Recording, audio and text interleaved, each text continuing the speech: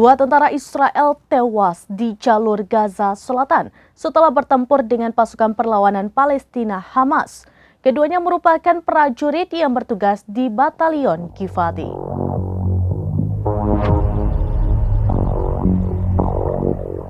Dua tentara Israel tewas di jalur Gaza Selatan setelah bertempur dengan pasukan perlawanan Palestina Hamas. Keduanya merupakan prajurit yang bertugas di Batalion Givati. Pada Minggu 19 Mei 2024, militer Israel mempublikasikan nama kedua tentara rezim Zionis yang terbunuh. Mereka ialah Nachman Merhaim Fakanin 20 tahun dari Eilat dan Noam Batan 20 tahun dari Yad Rambam. Keduanya dilaporkan tewas akibat ledakan alat peledak di sebuah terowongan di jalur Gaza Selatan. Dikutip dari Tribunnews.com, selain dua tentara tewas, 4 prajurit lainnya juga terluka parah.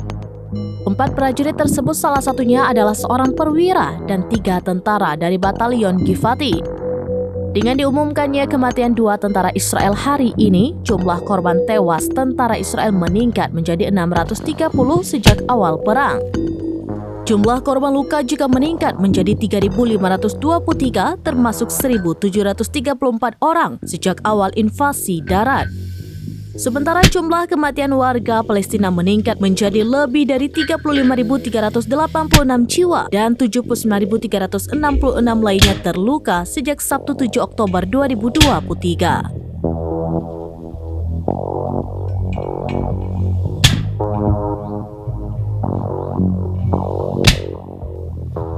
Demikian informasi terkini Syedar Alun. Saksikan terus beragam informasi lainnya. Coba like dan share seluruh akun serambinews.com.